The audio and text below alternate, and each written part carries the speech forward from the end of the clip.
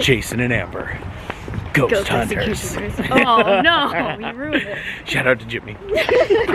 Hey everybody, welcome to another episode of Fastpass with us. I'm Jason. I'm Amber. And tonight, it's the first time ever for us. We're doing the flashlight tour here at the Winchester Mystery House. We might see some spooky spooks, but there are definitely some scary sounds that we're already hearing before we've even had a chance to go into the house. Yeah. So as you can see, I'm wearing an appropriate ghost hunting shirt and hat for the festivities. And Amber looks like she's just here to kick somebody's butt. Alright, you ready? Let's go check it out. It's a little bit more spooky with the lights out. So, Amber, it's a little bit more quiet out here than it is for the Unhinged events, huh? It is. A little eerie, isn't it? Well, they don't have music playing, but I have noticed that they have some, like... spooky sounds they coming. have audio playing. Uh-oh. I don't like that. While we're waiting, they have the old shoot it up. That's not from here, right? That's coming from out... Is that coming from out here? Yeah, they're playing music. Oh, they're playing creepy creeps out here. Yeah, I heard it when we were out. I did too, right? I thought I heard that. Okay, now that's just rude. Oh, look. See, I told you guys, we are seeing ghosts on this flashlight tour. Like crikey. Yeah, they are playing spooky sounds out here. It's the moaning rock of Winchester Manor. Here it is, guys. The flashlight tour. Select nights only. They'll have the information on their website, but Amber and I are very excited for this. I'm actually a little nervous. We did bring an EMF reader, right? Yeah, so we have this. So maybe we'll find some things. What exactly does an EMF reader do? So it reads the electromagnetic field, which, if it goes off, that's supposed to indicate that there's ghost energy nearby. But this one also reads temperature on it. So if the temperature drops, we can check too. Cool. So we already have our flashlight. Do you want to put your flashlight out so we can see? I think it has a Winchester logo on it. Here, put it now. Oh, it does. Look at that. Yeah, see? It has a Winchester logo on there. Yeah, we're gonna be looking around, guys. Do you believe in ghosts? Well, this house certainly has a reputation for being haunted, and it is important to remember that Sarah did not build this house from scratch. She bought an 8-room farmhouse in 1884 that was built about 20 years earlier. She then began expanding the house and never stopped until her death in 1922. So there may well be ghosts older than Sarah that roam the halls of her home. 3 different types of hauntings seem to occur here, including so-called intelligent hauntings, residual hauntings, and shadow figures. We'll tell you more about these as you get deeper into the mansion. Luckily, we've never seen any evidence of poltergeists, the nastier, more violent members of the spirit world. We'll continue on to some of the more spiritually active areas of the mansion. And please remember, lower levels change frequently and unexpectedly, so please do watch your step. Okay, looks like we're going in the switchback small staircase. There's nothing else for us on this floor, right? No. Ready? Okay, let's go.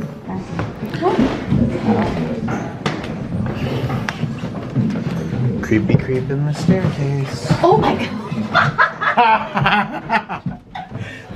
That was pretty funny. Many people who have worked here over the years claim to be skeptics. They neither believe in nor want any unusual activity to happen near them. A few years past, a tour guide was leading her guests past some Halloween props in this space.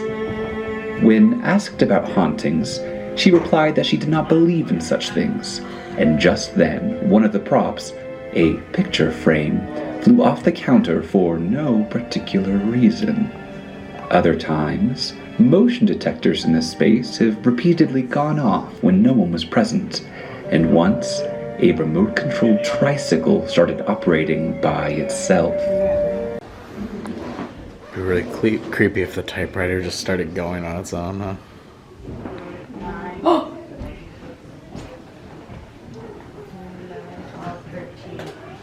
You've got to be shitting me. Oh.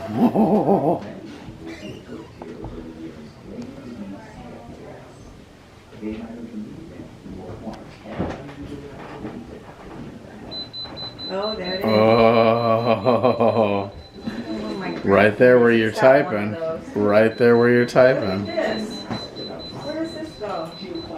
That thing's got to plug in. That's got to I go be. down there by myself. That thing's got to be yours. I like it. These are spiderweb pants, and this was kind of cool. If you follow them on Twitter, they actually posted about these. Look, it's pretty cool looking. Very neat looking design. This is the 13th bathroom. Lucky number 13.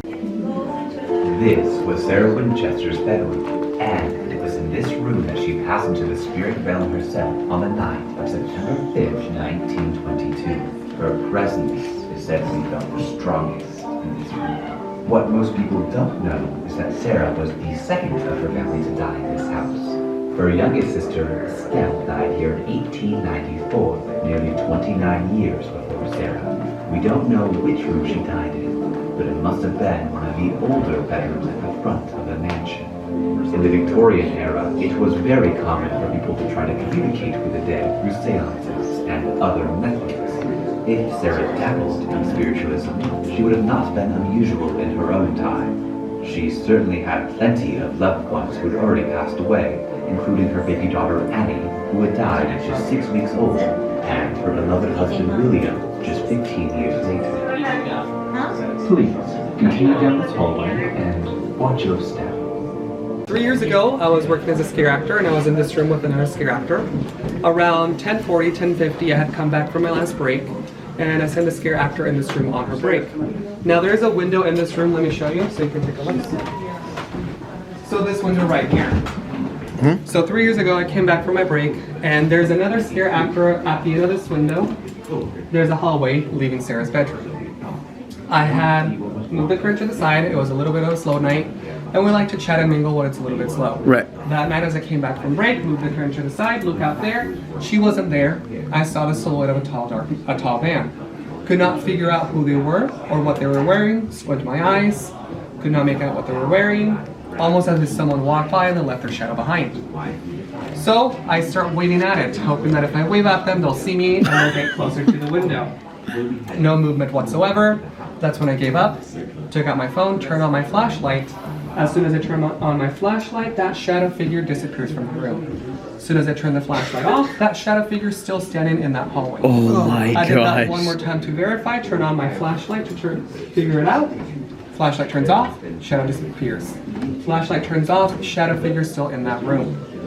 At that point, like in all horror movies, I thought as soon as I run away to bring someone back, it's gonna be gone. Pulled up a chair, sat by the window, just staring out there, hoping someone would walk by. Of course, when you need someone to walk by, nobody walks by. Yeah, of course not. Eventually, the scare actor came back into this room. I heard the door open. I ran to bring her here. Shadow figure was already gone.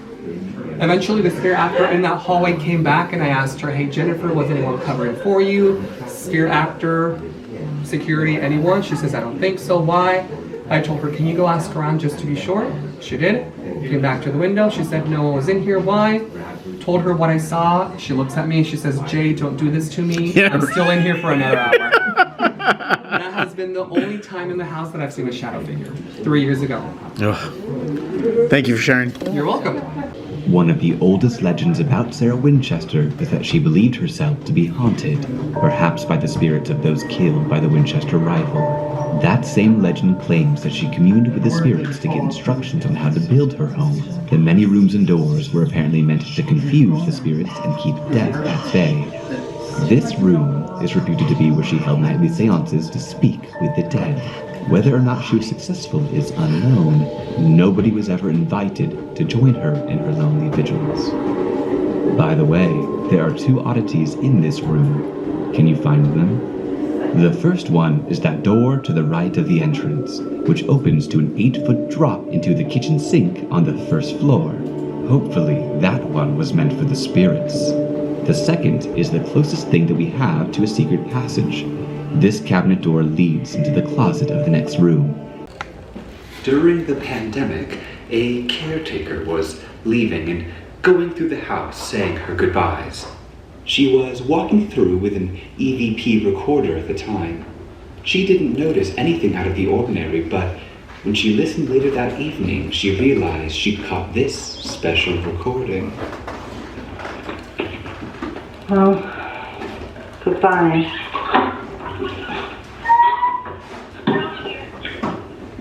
Did you hear that? As far as she knew, she had been alone in the house at that time. So back in the day, we used to do a tour that would come through here. We'd stop in this room, we'd talk for a while, and then we'd play an audio cue, which would be pushed on a box right over here. Now you'd have to push the button in order to make the audio cue work. However, there was a few times around the 100th year anniversary of Sarah's passing where I'd enter the room and the audio would either start right as I was going into the room or in the middle of my spiel even. Initially, I was thinking, okay, maybe I'm standing near the wire and it's triggering something. Until I asked my other friends, and they were like, yeah, it's not happened to us. So that just resolved, I was like, okay, that's a little weird. So it's clearly not that. And then it really sealed the deal for me when one day I was giving a tour, we're on the 3rd floor of the room right above us, and it started playing down here. Oh. And I was like, okay, folks, we're moving on now. But yeah. Thank you. Absolutely. October 2015, a member of our staff was taking photos at the front of the house. While looking through the photos, something about one of them caught his eye. An image in one of the photos that looked, at first, like a reflection caused by the overcast day. When he enlarged the photo, he realized what he thought was a reflection of a cloud was really a translucent figure. See the head, neck, and shoulders? The window here is where the ghostly apparition in the photo manifested itself. Because of its location, there is a possibility that this particular visitor may have been someone who lived here even before Sarah and her staff. Remember, Sarah was not the first resident of this house. The original structure that she bought dated from at least the 1860s, and we happen to be standing in the 2nd floor bedrooms of that original farmhouse. Who knows what might have occurred in these rooms before Sarah inhabited them and made them her own? Is that the door to nowhere? Could be, Yeah, yeah. not to nowhere, so that just goes outside. Yep. Looks Just like drops. it. Yep. Yeah, because I think we were looking at that when we came from Unhinged, right? Because of its location, there is a possibility. She's the youngest of her siblings, and she and Sarah were pretty close. Estelle was suffering from cirrhosis at the end of her life, and she lived her final 2 years here in the house with Sarah and Sarah's nursing staff. Estelle's the only other person that passed away here in the house other than Sarah herself, and she most likely passed away in these rooms. So I hesitate to call this a ghost story because I myself am a skeptic, always have been. That being said, I love a little bit of history, so when I started working here, it was a good fit. I was up on the 3rd floor, which used to be the staff quarters, and I was having a bit of a rough one. Part of a tour guide's job is customer service, so sometimes people get a little bit rowdy, you have to be the one to calm them down. I was having a rough day, and I was venting to one of my coworkers about it up on the 3rd floor. My coworker at the time was detailing the room, wiping down stuff, and I was sweeping by where it used to be the staff fireplace. And as I was venting and talking to my coworker, I felt underneath my sleeve, which was sealed, just light fingers going up and down my arm. Just that quick, up and down. But it was fingertips, and I felt it underneath my sleeve, touching my arm directly. Now I know that there are a handful of other explanations. Muscles contracting underneath your arm, static electricity somewhere. I was working with cleaning materials after all. I know what those things feel like. This area of the house That's is not the what it same was. Not to mention, I was venting about a rough day that I was having in the staff quarters where 15 maids lived here in the house with Sarah and most likely did the exact same thing in the exact same place. So in hindsight, it might have been a comforting gesture. Maybe I'm telling myself that to comfort myself because something touched me and I couldn't see what it was. Or perhaps a child But once played in these rooms. the house has a personality, and everybody who has worked here has felt, seen, or heard something that they can't quite explain. Even the skeptics. Thank you. I officially don't like leading the way with nobody in front of me right now. Like, there's nobody out here anymore. Like, this is just Amber and I is less busy. So it is just Amber and I running around right now. Well, you can tell And another spirit encounter occurred right here early one Sunday. Virtually alone on the estate, one of our staff, deeply familiar with Sarah's history and very fond of this house, was watering plants when suddenly she heard noises above her on the metal-lined rooftop. Startled, she looked up through that skylight and didn't see anything up there. Knowing she was alone in the mansion, she decided it must have been a raccoon or some other creature. She returned to her task when suddenly the noise came again. Heavy, distinct footsteps like the steps of a large man. Determined to find the trespasser, she sprinted up the nearest staircase, through 2 locked doors and reached the roof above. She couldn't believe her eyes when she got there. The wide, flat expanse of the rooftop was empty, and she knew very well that without passing her on the way up, nobody could have escaped the roof except by jumping off, or perhaps flying away. This is above her on the metal-lined rooftop. Startled, she looked up through that skylight and didn't see anything up there. Knowing she was alone in the mansion, she decided it must have been a raccoon or something. And another spirit encounter. Shut up. Right here, early one Sunday. Virtually alone on the estate, one of our staff, deeply familiar with Sarah's history and very fond of this house, was watering plants when suddenly she heard noises above her on the metal-lined rooftop. No. Startled, she looked up through that skylight and didn't see anything up there. Knowing she was alone in the mansion, she decided it must have been a raccoon or some other creature. She returned to her task when suddenly the noise came again. Heavy, distinct footsteps like the steps of a large man. Some lady was coming down the stairs and she said she was afraid of falling because the room was really dark, and all of a sudden the light turned on, illuminated the room until she got safely down the stairs. And I tell people I believe things right here, but they're never trying to hurt your arm, grab you. I think they're just like hanging out here. Yeah. So it's like my favorite happy ghost story. All right, there we go. I like that. Yeah, thank you. A little bit more of a positive one. Exactly. I like to think so. Yeah. Thank you. Thank you. Yeah. So really quick, I just want to say this. The tour has been really fun. Spooky. We've been hearing some creepy stories from some of the cast that work here. And we appreciate them sharing the stories, but it just makes this entire thing eerie. Every room that I go in, that I've shut my flashlight off, and I'm by myself, or just like in an area by myself, it is an eerie feeling. I don't know about you, that's just how I've been feeling. Honestly, I haven't been scared. For some reason, I felt like really comfortable here. Good. We're different people. We are. I haven't been scared. I've been just I feel at home. Yeah. Welcome to the Grand Ballroom. Both guides and guests have experienced yet another type of haunting in this room, what is known as residual haunting. In this kind of haunting, an event that took place in the past is played back over and over again. These can be things that were traumatic and life-changing for the person who experienced them, or simply routine actions that took place many times in that location. There is no real entity present in a residual haunting, so no communication takes place between the living and the dead. Several years ago, 2 authors writing a book on haunted houses spent a night here for their research. At around 2 a.m., one of the authors heard an organ playing. She quickly woke up her co-author, but he didn't hear a thing. Later that night, one of them heard the music again.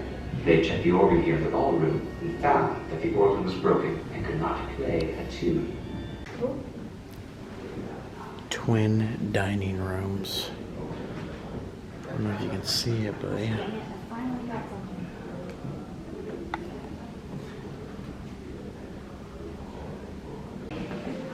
It's cold in here in the kitchen. There's the stove. I'm supposed to go over there. What? Oh, never mind. I was gonna make a joke. Original kitchen. As soon as I get. One day, one of our caretakers was on her way back to the tour guide station from cleaning when she heard a tour coming into this room. She could hear people moving about and speaking quietly amongst themselves, so she waited for a moment just around the corner to hear which guide was giving the tour.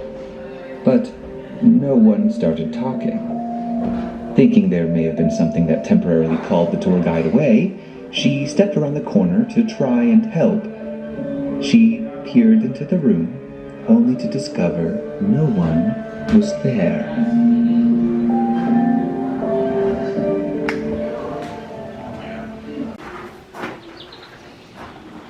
So we are going to be going into the basement tonight. It's kind of scary. Got your hard hat on? So we're going into the basement? Let's go. Let's go.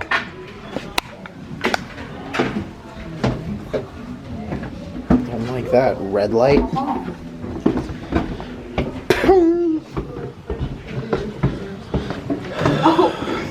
Begin with your head. Since 1923, both guests and tour guides have reported sightings of a mysterious workman in the basement, tirelessly pushing a wheelbarrow back and forth.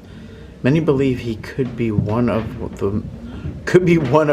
Winchester's original carpenters, still dedicated to his craft even in the afterlife. Keep your eyes peeled, you might just catch a glimpse of him yourself. See anything? I'm actually shocked there's no readings right here. This is a weird basement, isn't it? Is that a window right there? Did you hear that?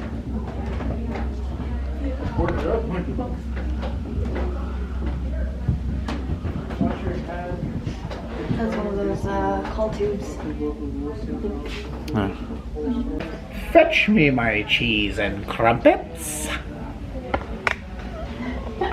This hydraulic elevator didn't run on electricity. It relied on water power and a bit of manpower to move between floors. It made 6 stops, but only traveled 4 floors. Why? On the 2nd and 3rd floors, it had doors on both sides, thanks to the grand ballroom. One side was 3 feet higher than the other, creating extra stops along the way. Step inside and look up. You're not supposed to do that.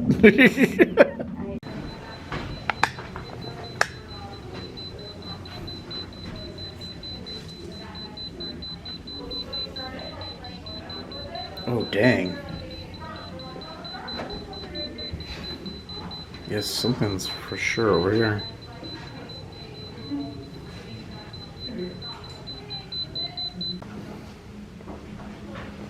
It's not the light.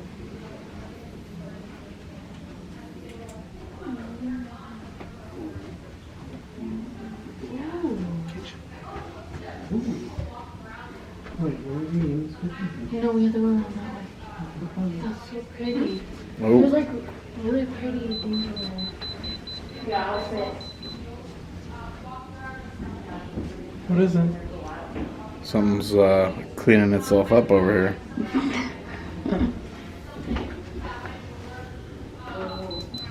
Did you see that? It doesn't like the light. Oh shit, now it's gone. That is creepy. Oh, there it is.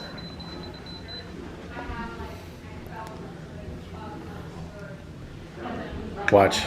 If you get it. Do you see the temperature keeps changing? Yeah.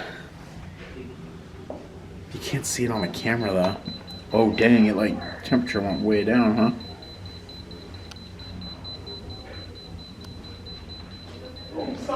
Watch this. And then look, it like disappeared. Oh, that's wild.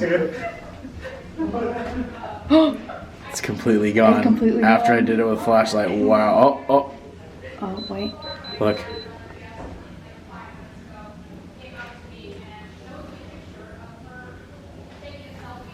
What is it?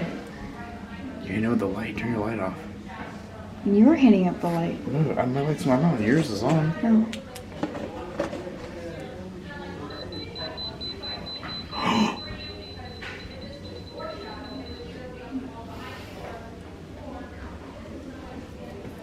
Wow.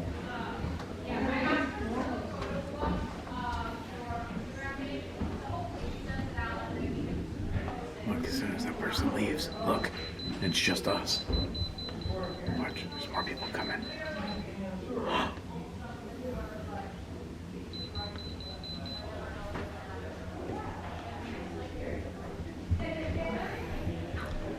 If there's anybody here, give us a sign.